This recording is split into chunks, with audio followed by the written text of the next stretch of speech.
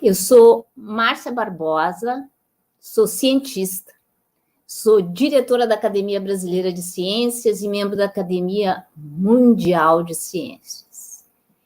E hoje eu vou contar para vocês, será que a ciência vai nos salvar? Será que ela está aqui para nos salvar? Mas para isso eu vou mostrar uma pequena apresentação. Como é que o mundo está vivendo, ou estava vivendo até a pandemia aparecer? Estavam as pessoas que não são cientistas em suas casas, consumindo o produto da ciência, TV, celular. E estávamos nós, os cientistas, confortavelmente nos nossos laboratórios. Cada um dando conta de sua própria vida. E uma interação que era muito ocasional, mas às vezes ocasionalmente perigosa.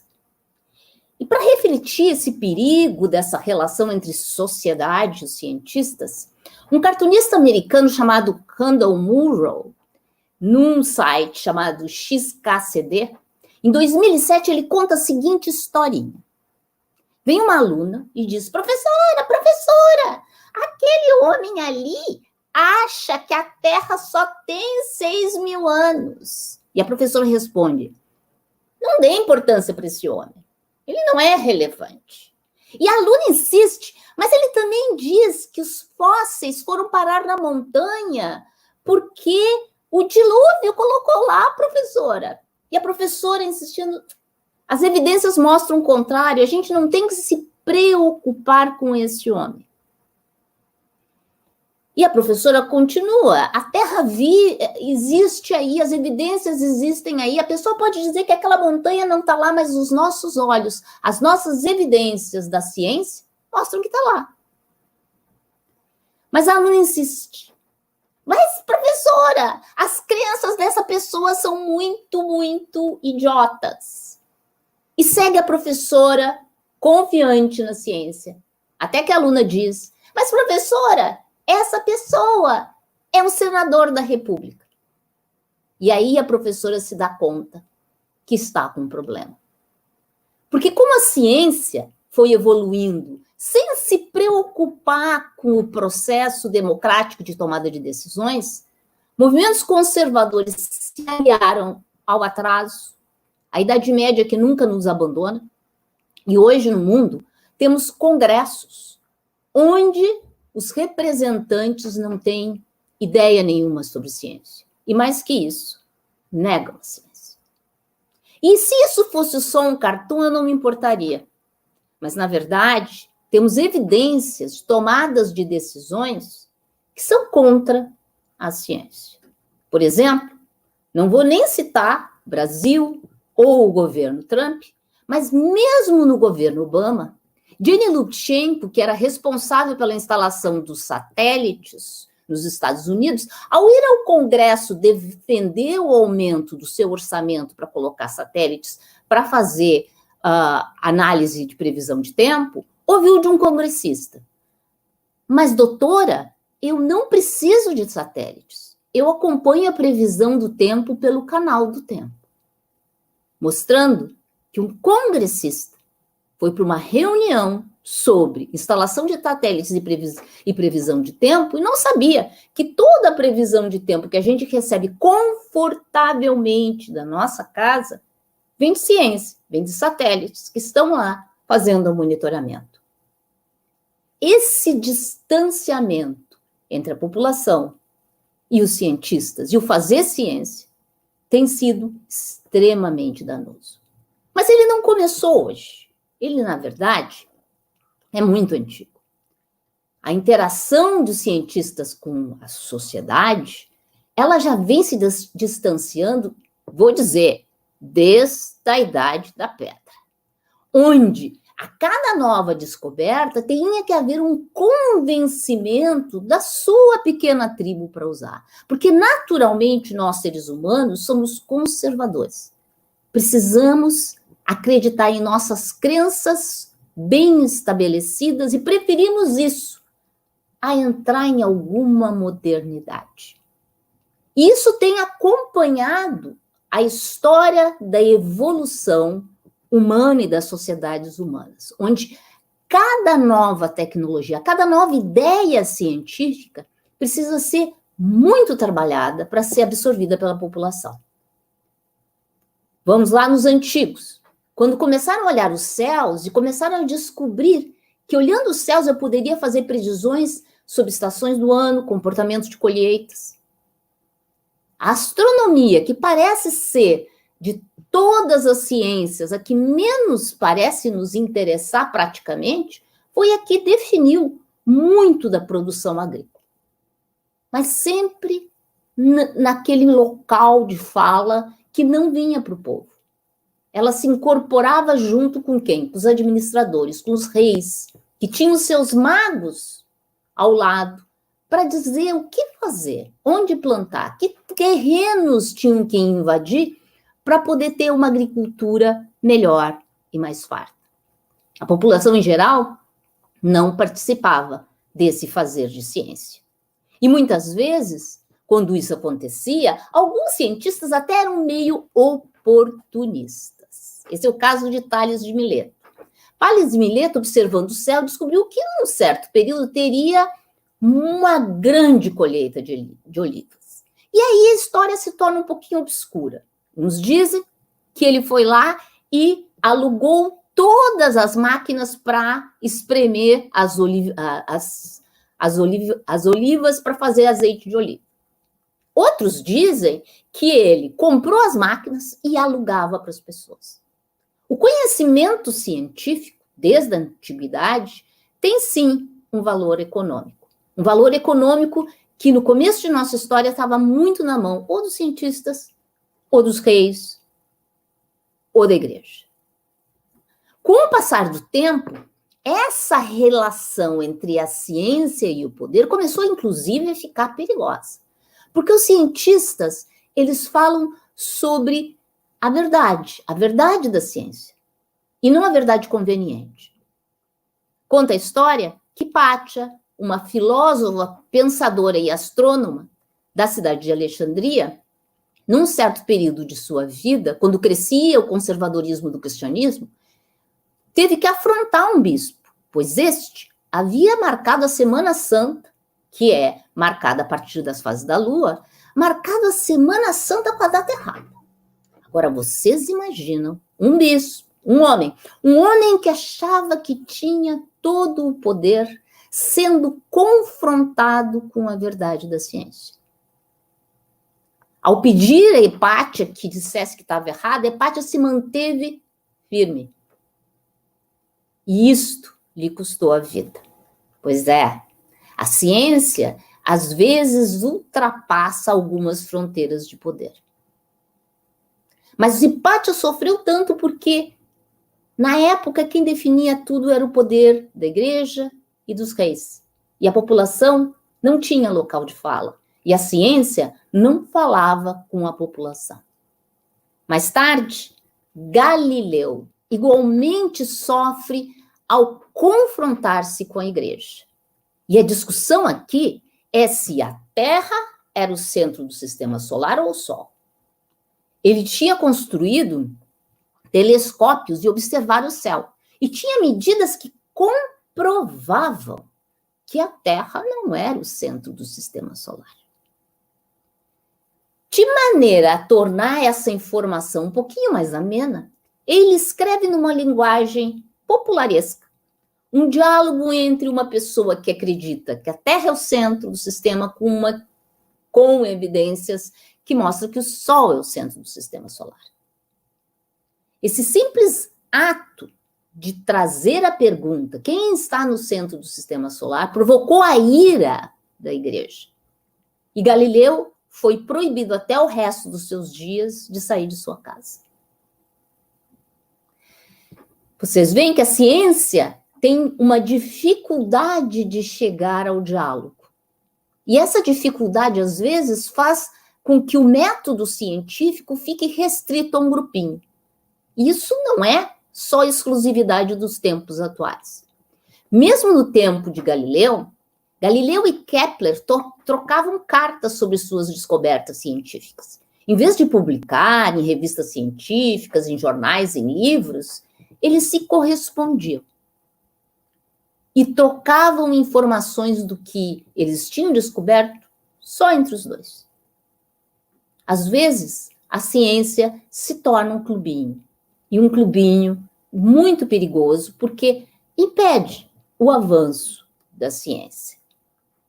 Mas a ciência progrediu, tivemos grandes pensadores como Leonardo da Vinci, que começam a estruturar o método científico, que é tão fundamental e tão caro para o nosso fazer ciência. Porque o método científico requer que a ciência seja mais grupal, global, porque precisa ser testado e retestado. Segue a história e grandes descobertas começam a acontecer. O poder escorre das mãos da igreja e dos reis e começa a surgir o capital. Banqueiros, mercadores, e este novo ingrediente do capitalismo começa igualmente a financiar a ciência, porque afinal, navegadores precisavam dos instrumentos e do conhecimento científico. Agora, cientistas não se restringem mais a um senhor, seja ele o rei ou seja ele a igreja. Ele também tem o capital, que é um senhor com muito mais senhores, com muito mais opções. Mas ainda aí, a ciência não está com o povo, não está com a população em geral. Corre o tempo, surgem grandes revoluções, a Revolução Industrial, e cresce esse poder do capital no financiar o conhecimento científico. Agora temos atores financiando esse conhecimento, além dos reis e além da igreja. Em paralelo, começam a aflorar teorias conspiratórias, vindas de quem não gostava e não achava a verdade científica uma verdade conveniente a seus interesses, sejam eles interesses de crença, sejam eles interesses econômicos. Surge a teoria da Terra plana, que não é nova, não é de ontem, ela vem desde o século XVII. Surgem teorias contra as vacinas, essas sim bem mais recentes. Tá? E surge a teoria de que não existe aquecimento global.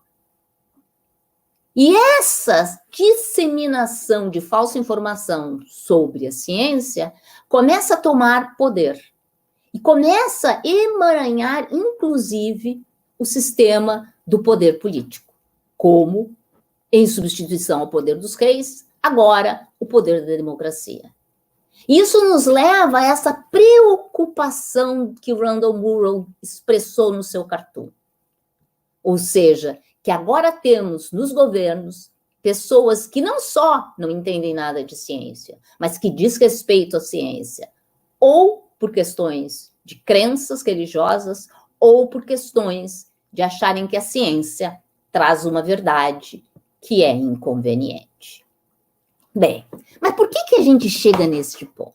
Por que é tão fácil para o cidadão da rua acreditar que alguma coisa, que a vacina, que é provada cientificamente que funciona, vai fazer mal? Ou que a Terra é plana, ou que aquecimento global não existe? Por que é tão fácil as pessoas caírem nessas historinhas? É fácil porque na natureza humana nós reconhecemos 3 tipos de autoridade. Isso foi dito por Max Weber, um pensador do século XVII. Ele dizia que existem 3 formas de autoridade. A autoridade tradicional, a autoridade legal e a autoridade carismática. Vamos olhar se a ciência se encaixa em alguma dessas formas de autoridade. O que é autoridade tradicional? A autoridade tradicional é aquela autoridade dos idosos, do pai, da mãe. É a autoridade da Suprema Corte. É a autoridade daquelas pessoas que chegaram lá porque subiram uma escala quase que etária e que guardam uma visão conservadora da sociedade. Pois é, ciência não é isso. Até temos cientistas conservadores. Até temos cientistas idosos, mas a ciência não tem a ver com ser conservadora. A ciência é uma caçadora de mitos. A ciência é para descobrir o novo, o inovador. Então, ela não é uma autoridade tradicional. Então, Márcia, se não é, talvez seja a legal. Não, a legal é a tradição da lei. E a lei, como é feita por governos daquele momento, são mutáveis. E aí, só para ilustrar, eu estou mostrando 2 fotos para vocês. 2 momentos da cidade de Cabul. E surpreendam-se, o momento mais recente é o momento que as mulheres estão com burca. Então, a autoridade legal, ela é tão transitória como o fazer das leis. Ela é mutável, ela depende de quem está no governo no momento. E a ciência não é assim. A ciência, ela não é transitória, ela é evolutiva, mas não transitória. Então, já vemos que a ciência não é uma autoridade legal. E a última das autoridades é a carismática. Aquela daqueles líderes, sejam religiosos ou sejam políticos, que empurram multidões para locais quaisquer sem nenhuma evidência. E ela representa o atraso. Novamente, ciência não cai nesse tipo de autoridade. Max Weber, que era bastante ingênuo, ele achava que a autoridade carismática iria desaparecer com o tempo. Tadinho. A autoridade carismática se torna cada vez mais forte, porque as grandes massas de população continuam acreditando em pessoas que têm um bom discurso. Como eu sou física, físicos adoram contradizer os outros. Eu vou contradizer Max Weber. E eu vou sugerir que nós precisamos de uma 4ª forma de autoridade. A autoridade do conhecimento. Mas como seria essa autoridade do conhecimento, Márcia? Seria acreditar de qualquer maneira, ter fé, uma fé inabalável na ciência? A autoridade do conhecimento não é acreditar sem provas. Não é como esse cartoon mostra que o cientista ia fazendo uma conta e depois diz, bem, aí por milagre o resultado é tanto. Não. A autoridade do conhecimento não é que nem aquelas provas mal feitas que a gente não consegue fazer o desenvolvimento, mas a gente sabe a resposta e coloca a resposta no final, torcendo que ninguém note que a gente não soube fazer o desenvolvimento. Isso não é a autoridade do conhecimento. Porque a autoridade do conhecimento não é baseada em fé. Não é baseada em acreditar sem evidências.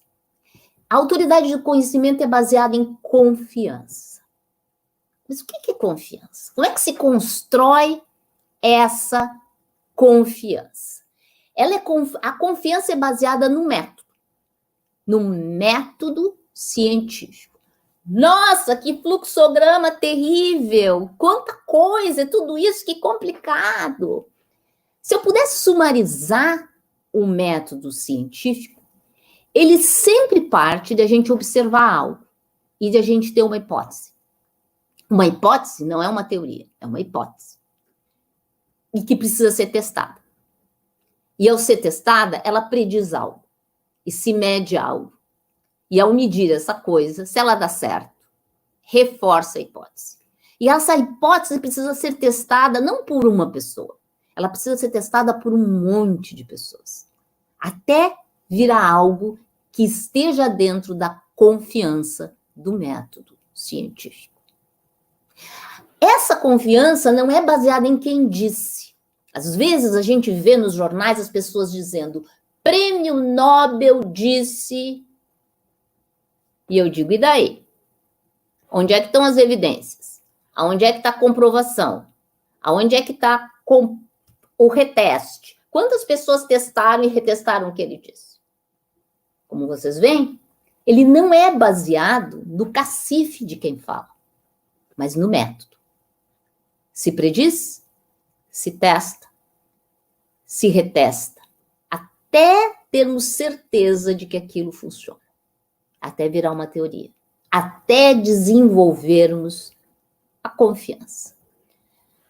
Deixa eu dar 2 exemplos em que esse método foi usado e que teve resultados bem diferentes, muito diferentes. E não vou citar nenhuma descoberta recente para as pessoas não acharem que eu só estou falando de modernidades da pandemia. Há anos atrás, na década de 90, um grupo de cientistas, fez um experimento e previu que se poderia fazer fusão. Fusão é uma forma de energia renovável, mas que ainda não tem produção. Fusão fria. O que queria dizer fusão fria? É fusão com a temperatura ambiente. Isso seria um grande milagre tecnológico. Virou uma febre. Imediatamente, cientistas do mundo inteiro não foram produzir a fusão fria, foram testar o que esses cientistas tinham dito. Porque é isso que cientistas fazem. Quando ninguém conseguiu reproduzir o que eles tinham feito, a fusão fria morreu. Acabou como teoria, porque ela não era reprodutível. Quando se descobriu o DNA, ele passou por esse processo. Existiam os raios-x, existia a formação da estrutura cristalina, existiam previsões, e se foram testes e retestes. E hoje a gente entende a estrutura em forma de hélice do DNA. Não foi uma pessoa dizer, foram várias pessoas com vários experimentos, até criarmos essa confiança na autoridade do conhecimento. Então, como é que é isso? Eu tenho que ir lá no laboratório e refazer o experimento quando um cientista me diz algo? Bem, não é bem assim. Essa confiança não é baseada nas evidências que o cidadão comum pode testar. Ela é baseada nas evidências que esse grupo, esse clubinho que eu mostrei lá na primeira transparência, vai testar e retestar, até desenvolver um consenso. Então, a gente, como se observasse um Big Brother da ciência, observa que um cientista diz algo, o outro diz é mesmo assim, ou diz não é, ou diz talvez, até se formar esse consenso desse júri muito especial. Diferente do Big Brother, não adianta vocês votarem qual é a teoria que vocês gostam mais, porque não é uma questão de votar, é uma questão desse júri chegar a um consenso. E toda vez que vocês perguntarem para alguém, para um cientista honesto, sobre uma questão, a resposta vai ser sim, não ou ainda não sei. Não é eu espero, eu desejo. É sim, não, ainda não sei. Então, por que eu tenho que ter confiança nessa autoridade do conhecimento? O que ela me dá para eu ter que confiar nela? Né? É uma pergunta muito justa. O que a autoridade do conhecimento me dá? Eu sei o que a autoridade dos velhos me dá. Principalmente quando era criança, eu sabia que eu ia de castigo se não obedecesse a minha mãe. Eu sei o que a autoridade da lei me dá. Eu sei que se eu não obedecer a lei, eu posso ir para a prisão. E eu sei o que a autoridade dos carismáticos dá. Dá um sentimento de união em torno de um objetivo.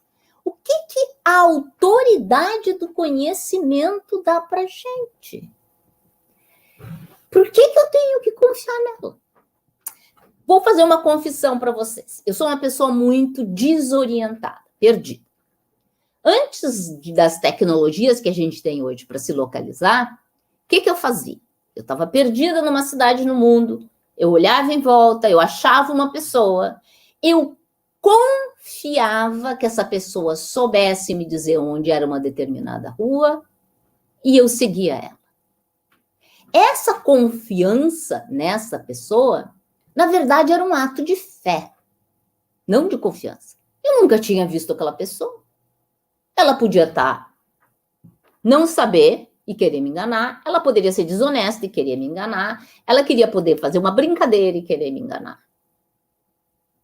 Ela podia não saber se expressar e eu terminar chegando em algum lugar errado.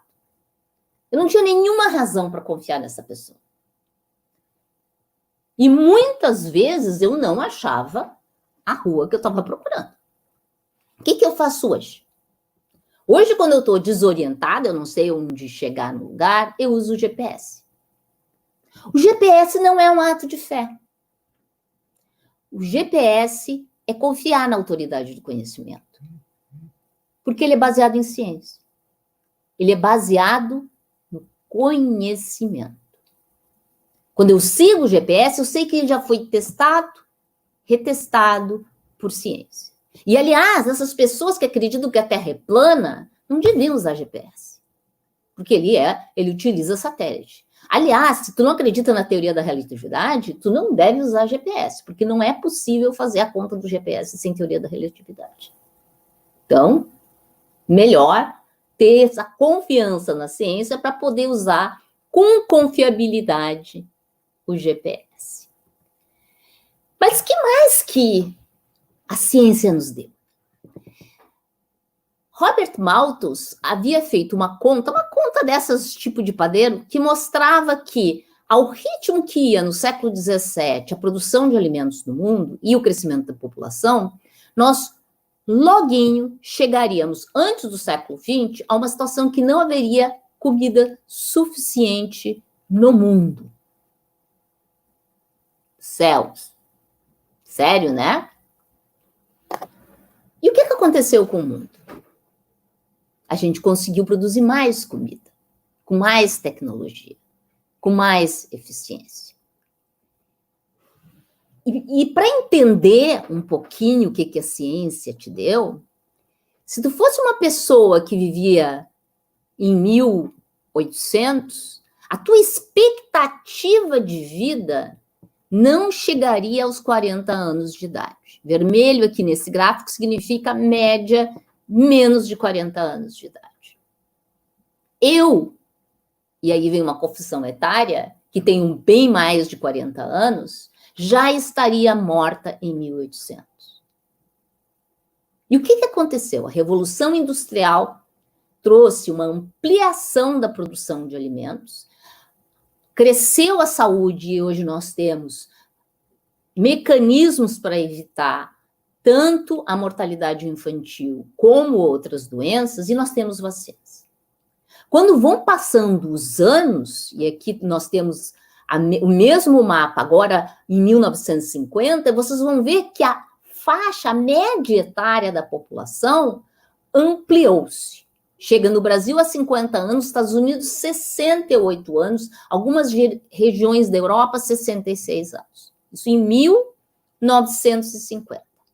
Em 2015, o Brasil já tem uma faixa etária de 75 anos de idade. Quem deu isso? Quem trouxe isso? Que transformação houve de 1800 até aqui? Foi um crescimento do conhecimento científico. E a confiança na ciência que temos que ter é porque ela nos trouxe viver mais. Quem nos deu isso foi a ciência. E se me perguntarem nesse instante, a ciência vai nos salvar? A ciência já me salvou. Se eu vivesse em 1800, eu estaria morta. Para vocês terem uma ideia dessa evolução, aqui tem essas linhas mostram para diferentes partes do mundo a evolução da idade média da população. E vocês veem que o crescimento começa a ser muito ativo a partir da Revolução Industrial, a partir do desenvolvimento de vacinas, a partir do desenvolvimento de antibióticos. Mas todo o potencial do conhecimento científico é parte desse crescimento da faixa etária média da população. Então, sim, a ciência já me salvou. Ela já nos salvou. Ela não só nos salvou, mas no nosso cotidiano, utilizamos materiais que foram desenvolvidos pela ciência. Estamos em nossas casas utilizando não só tecnologia digital, mas tecnologia em tecidos, tecnologias em tênis, e nem nos preocupamos com isso. Um dos grandes motivadores para o desenvolvimento de uma série de materiais, inclusive da área de informática, foi a corrida do homem à Lua. Quando os Estados Unidos decide que em 10 anos colocaria um homem na Lua, impulsionou o conhecimento tanto de chips, porque queria miniaturizar toda a parte tecnológica de comunicação, como de vestimentas.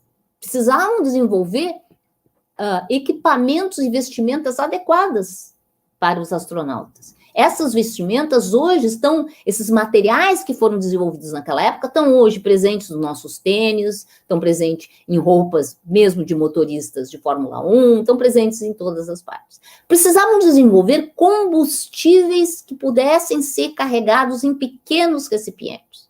E esses combustíveis hoje são usados em outras instalações. Quem nos deu isso? A ciência. A ciência nos deu essa tecnologia. A ciência também, através de suas perguntas fundamentais, traz tecnologias. Existem aceleradores no mundo que estão ali primordialmente para desenvolver equipamentos para responder perguntas sobre qual é a menor partícula que a gente tem. Para responder essa pergunta, que não tem nada de tecnológica, os cientistas tiveram que desenvolver a internet e uma série de equipamentos. Hoje temos Silicon Valley nos Estados Unidos, mas também temos em outras partes do mundo, na Índia, por exemplo. E países que resolveram ensinar mais ciência em sua população, como o caso da Coreia do Sul, tiveram um crescimento do seu PIB que foi muito grande. Porque ciência gera desenvolvimento. Mas afinal, Márcia, a ciência vai nos salvar? E a ciência vai nos salvar se nós entendermos que precisamos ter confiança nela e não nos cientistas. Os cientistas vão trazer histórias, vão trazer experimentos, e esses experimentos vão ter que ser corroborados. Até aquele júri específico que eu falei para vocês chegar a uma conclusão. E os cientistas precisam de tempo. Agora, na questão da pandemia, nós precisamos de tempo para definir qual vai ser o remédio adequado. Qual remédio vai passar pelo escrutínio desse júri? De tantas possibilidades, de tantos trabalhos. Qual será o remédio? Qual será a vacina que vai passar por esse escrutínio? E esse escrutínio é lento, mas ele nos ajuda a destruir os mitos. Com a ciência, nós seremos capazes de fazer grandes transformações. E a ciência brasileira? Vai nos salvar? A ciência brasileira já nos salvou. Só que nós conhecemos muito pouquinho do que nossos cientistas fazem no Brasil. Deixa eu rapidamente apresentar vocês com 4 pessoas das tantos cientistas que ajudaram o Brasil. Esses 4 cientistas, eles estão mostrados em pequenos vídeos na página da Academia Brasileira de Ciências, num projeto chamado Ciência Gera Desenvolvimento. O primeiro deles é Johanna Dobenheimer. Essa pesquisadora da Universidade Rural do Rio de Janeiro e da Embrapa, ela tinha um grande desafio. Na sua época, a soja não crescia bem no Brasil. Não, essa coisa de soja superprodutora é recente. E ela olhava e dizia, mas a cana-de-açúcar dá tão naturalmente bem no Brasil. Então, o que ela fez? Ela observou que a cana-de-açúcar utilizava uma bactéria para fixar nitrogênio em suas raízes. Ela desenvolveu uma bactéria similar para a raiz da soja. E com isso, o Brasil passou a ser um grande produtor de soja do mundo. Johanna não é nome de escola, não é nome de prédio, não recebeu nenhuma honraria. Mas foi graças a ela que o Brasil é hoje um grande produtor de soja. O almirante Álvaro Alberto era um cientista da Marinha. Durante a Segunda Guerra, lembrem, Segunda Guerra que o Brasil entrou contra a Alemanha, ele descobriu que o Brasil dependia de explosivos e de tinta para os navios da Alemanha. Reconhecendo que é inaceitável tu depender do inimigo para entrar na guerra contra ele, como engenheiro, desenvolveu explosivos e tintas. A contribuição do Álvaro Alberto vai muito além do que isso. Ele gerou todo o sistema de ciência e tecnologia do Brasil através da fundação e criação do CNPq. Marcos Luiz Damares Guia. Esse mineiro percebeu que a insulina que era usada pelas pessoas do mundo inteiro era proveniente dos porcos. E muitas pessoas eram alérgicas. O que ele fez? Ele desenvolveu insulina a partir de material humano. Com isso, temos hoje uma insulina que não nos provoca alergia. Um brasileiro, morando na nossa querida BH. E para não dizer que só de tecnologia e de biológicas vivem os grandes desenvolvimentos brasileiros, deixa eu falar de Milton Santos. Milton Santos era um geógrafo. E aí vocês vão pensar, mas ele estava medindo continentes, territórios? Não.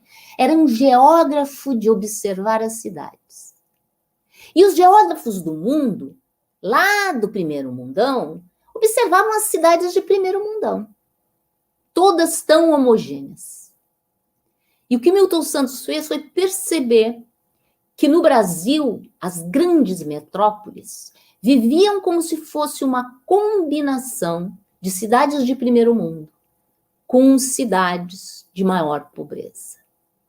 Esses dois ambientes, de uma maneira sinergética, atuavam juntos. E entender isso era fundamental para o planejamento urbano, para a saúde pública, para a infraestrutura. Milton Santos, um geógrafo que nos ajuda a pensar o planejamento urbano do Brasil. Vamos voltar aos mitos? Vamos parar de acreditar no tio e na tia do WhatsApp que mandam aquela mensagem sem referencial, sem referência, sem citação em artigo? Porque não tem nenhum artigo científico com citações que defenda a Terra plana. Não existe nenhum artigo científico com base que tenha sobrevivido que fale que as vacinas fazem mal. Tudo nasceu de um artigo, mas de um artigo. E artigo é que nem andorinha. Um só não faz verão. Da mesma maneira, já há um consenso, aquele consenso que eu falei para vocês, de que aquecimento global, ou global change, está acontecendo. Isso é o consenso da ciência. Quando alguém apresentar alguma coisa dizendo que é científico, peçam as referências. Olhem as referências. Porque um artigo só não faz verão, uma andorinha só não faz verão. Volto à pergunta original. A ciência vai nos salvar? Pois é. Quem vai nos salvar seríamos nós. Nós vamos nos salvar se nós tivermos confiança na autoridade do conhecimento. E parte disso tem que ser feito por nós, cientistas. Nós, cientistas, temos que conversar mais com a população em geral. Explicar o que é esse tal do método científico. Explicar que não é por eu ser notório ou notória que o que eu vou dizer sobre ciência tem maior valor. Que o que tem valor é aquilo que atinge o consenso científico. Vamos ter que começar a explicar mais, nossos cientistas, as descobertas. E vocês, a população, tem que confiar nessa ciência. E estar prontos e prontas para mudar de opinião. Porque cientista veio para derrubar mitos. E derrubar mito é abandonar aquelas crenças que são tão confortáveis para nós. A ciência pode estar sendo feita ao vivo agora como um Big Brother. Mas, diferentemente do Big Brother, não adianta nada vocês votarem. Vai ganhar aquilo que tiver correto, que tiver mais evidências. E vamos nos salvar? Sim, porque juntos e juntas podemos.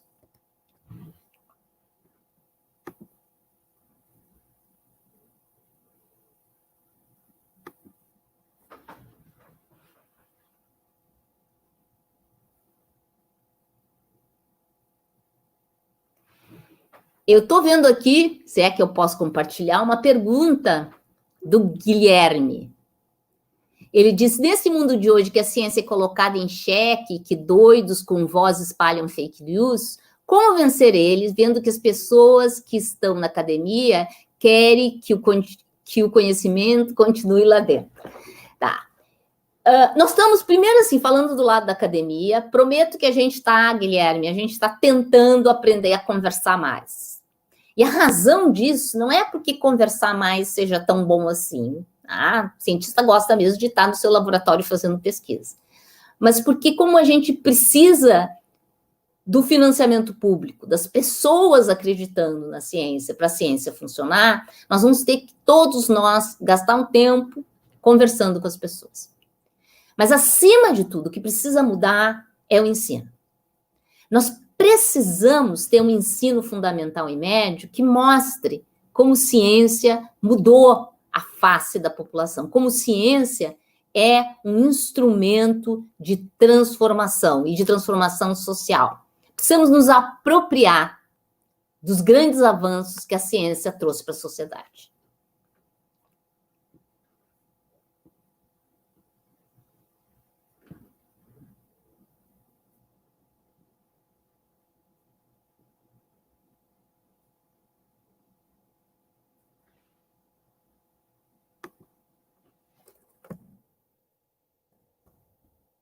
Alguma outra pergunta?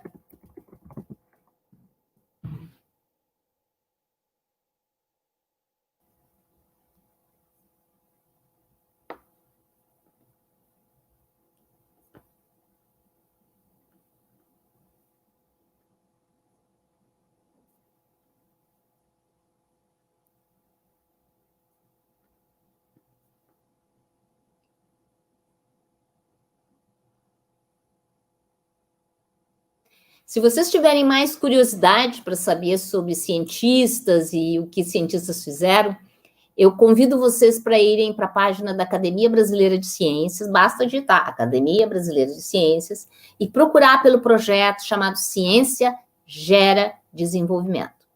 Um outro projeto que a Academia tem são webinários que estamos realizando agora durante a pandemia, que é para mostrar o mundo além da pandemia, a partir da pandemia, onde várias coisas sobre vacina, ciência, universidade, educação, estão sendo discutidos e discutidos bem a fundo por membros da Academia Brasileira de Ciências e convidados que são cientistas e especialistas nos diferentes temas.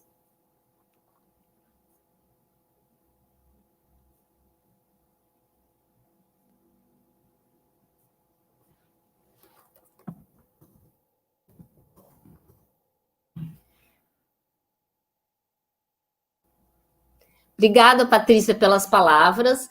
Eu acho que tem muito cientista que podia estar falando mais com as pessoas, mas ser cientista no Brasil dá muito trabalho. Tá? A gente tem que ser, eu brinco, a gente tem que ser secretário, office boy, contador, tem que fazer muita coisa. Como podemos convencer tios e tias do WhatsApp a ter mais confiança na ciência? Muito bem. Sabe o que eu uso para as pessoas entenderem que a ciência é importante? Eu pergunto, tá? Principalmente porque essas pessoas já têm uma certa faixa etária. Primeiro eu digo para elas que tu estaria vivo em 1700? E a resposta é que eles não estariam vivos em 1700, tá? Porque eles já têm todos mais de 40 anos. E eles se darem conta que foi a ciência que trouxe isso, já é muito importante. Mas tem uma segunda coisa. Essas pessoas todas sobrevivem hoje à base de medicamentos. Medicamentos porque depois de uma certa idade, para tu continuar vivendo, muitas vezes tem que tomar medicamentos. E eles têm que entender que esses medicamentos levou muito tempo para ser desenvolvido. Muito teste. Porque ninguém quer dar para a população uma coisa que a gente não tem certeza que funciona e quais são os efeitos colaterais. Então, eles começarem a entender que cada uma das coisinhas que eles usam foi criada graças à ciência, não graças a uma magia, é muito importante. Se estão usando o celular, é porque alguém desenvolveu os semicondutores, os chips, e fizeram pesquisa e testaram, e hoje em dia a gente só usa o celular depois que esse equipamento foi muito testado. Ninguém quer comprar um celular que pode ou não funcionar. Ninguém pode tomar um remédio que pode ou não funcionar. Nós queremos algo que tenha essa confiança da ciência.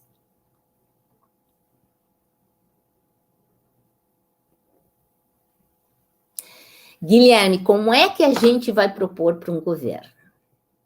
A gente não vai propor para um governo, a gente tem que ser o governo. Tá? E ser parte desse governo significa que cada um de nós, quando vai escolher alguém para votar, para vereador, para deputado, para senador, para governador, prefeito, tem que se preocupar não só se aquela pessoa disse que vai pavimentar a rua da gente. Pavimentar a rua da gente é bom, mas não é só isso que importa. A gente tem que perguntar qual a visão que essa pessoa tem sobre saúde, educação e ciência. E a gente tem que perguntar. E a gente tem que acompanhar. E a gente tem que ver as evidências do que realmente essa pessoa fez. Dá muito trabalho, mas democracia é isso, dá trabalho.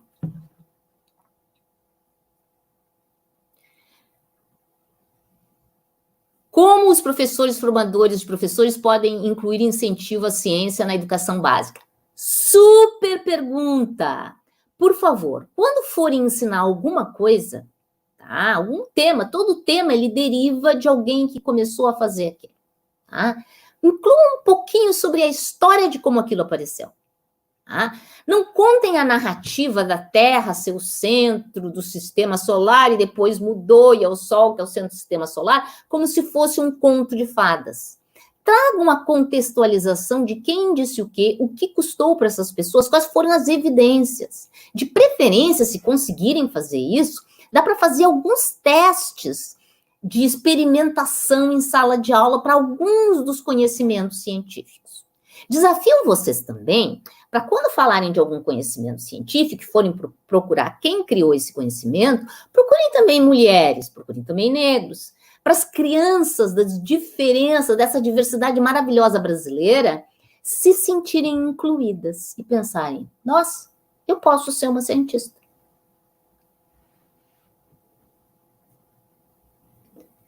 Você acredita que essa onda de ceticismo na ciência vai passar ou não? O ceticismo, ele não é uma onda que nem uma febre ou que nem esse vírus. O ceticismo é uma construção. A quem interessa o ceticismo? Para quem interessa a gente não acreditar que tem um aquecimento global? Interessa quem ganha dinheiro continuando soltando CO2 na atmosfera. Então, não é uma coisa que aparece. É uma coisa construída. A quem interessa a gente não acreditar nos cientistas? As pessoas que querem dizer qualquer bobagem e as pessoas acreditarem. Em geral, interessa ou ao mundo econômico ou ao mundo carismático. É isso que interessa. E, particularmente, se as pessoas não acreditarem na ciência, as pessoas não vão ser protagonistas de sua história. E a democracia só vai ser verdadeiramente exercida quando cada cidadão e cidadã tiverem conhecimento suficiente para saber quando um político ou uma política está dizendo alguma coisa que é inverdadeira. Educação, educação e educação. E a gente tem que começar a trabalhar nisso desde a primeira idade e continuar trabalhando até capturar o tiozinho e a tiazinha do WhatsApp.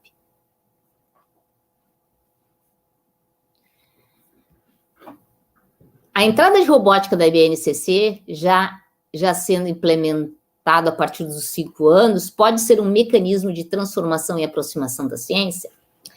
Deixa eu tentar responder isso em 2 etapas, tá? Tem que se trazer a ideia de informática, que é um pouco mais do que robótica, para dentro da escola, com a noção de algoritmos, do pensar como a gente constrói esse mundo da informática. Porque eu posso ficar construindo robô, que nem faço Lego, tá? Sem entender nada do que eu estou fazendo. É importante, quando eu estou fazendo algo, Eu entender o mecanismo atrás desse algo que eu estou fazendo.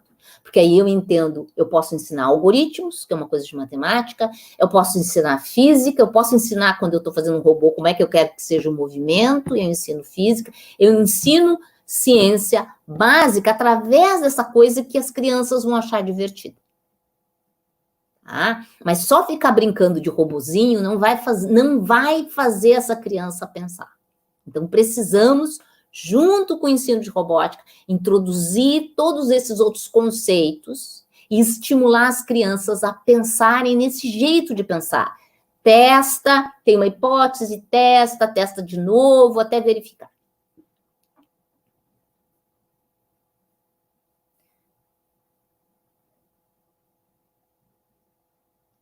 Certamente, a Camila diz que ao aproximar a ciência da sociedade, o crescimento será maior e a educação vai ser valorizada.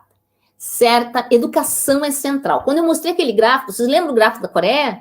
A Coreia, o que ela fez? Ela fez uma revolução na educação. Não é que ela deixou, ela se tornou tecnológica. As pessoas equivocadamente dizem que a educação da Coreia ficou muito em ciência e tecnologia. Não, ela fez as pessoas pensarem. Pensar significa que tu tem que saber escrever bem, que tu tem que entender a sociedade, que tu tem que entender todas as coisas. Mas o professor passou a ser uma figura importante, com um bom salário, com condições de trabalho. Quando tu faz isso, tu traz acesso a conhecimento a toda a população. Agora, só cá entre nós. A quem interessa que a população saiba pensar? Não aos governantes. Não aos carismáticos. Então, tu tem que ter uma visão de crescimento do país muito forte para ter essa capacidade de sugerir algo assim. Nós, como nação, precisamos fazer isso. Não temos que esperar um dirigente mágico, uma dirigente mágica. Vamos fazer em cada setor onde a gente está, selecionando pessoas que vão fazer revolução na educação, que vão trazer ciência para a discussão central da sociedade.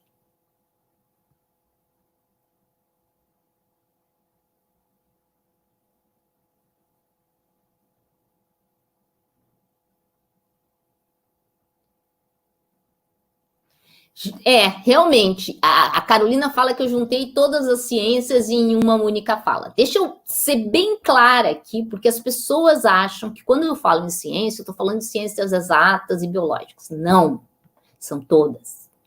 Nós precisamos valorizar todo o que eu chamo de conhecimento, toda a amplitude do conhecimento. Eu não consigo imaginar um país que não tenha arte, literatura, todas essas coisas estão juntas, elas compõem esse instrumento transformador que é o conhecimento. E fazer essa revolução no nosso país só depende de nós, fazendo no nosso entorno, começando hoje, juntos e juntas, podemos.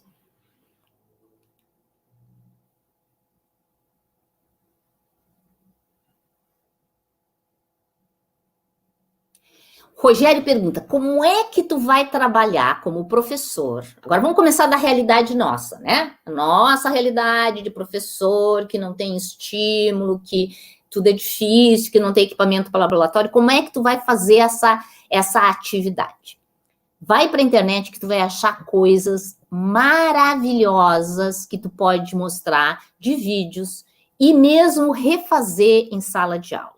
Esses dias eu estava nós estávamos congelando garrafas d'água dentro do departamento para depois gelar coisas. E no tirar uma dessas garrafas de água muito gelada e colocar em cima de umas pedrinhas de gelo, a gente derramava e a água congelava do gelo para cima. Isso é uma aula de metaestabilidade de água. Coisa simples, que tu faz tendo uma geladeira e fazendo um experimento de baixando a temperatura lentamente sem perturbação da água. E tu acha tudo isso na internet. Tentem pensar numa ciência não high-tech tecnológica, mas brilhante. Existe um grupo chamado Tem Meninas no Circuito, que da UFRJ, que faz experimentos em escolas com circuitos elétricos e materiais recicláveis. Busquem. Tem muito material simples, acessível e que dá para fazer experimentação.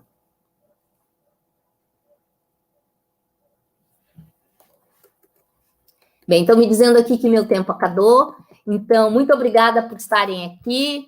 Foi incrível. E qualquer coisa me escrevam. Tchauzinho.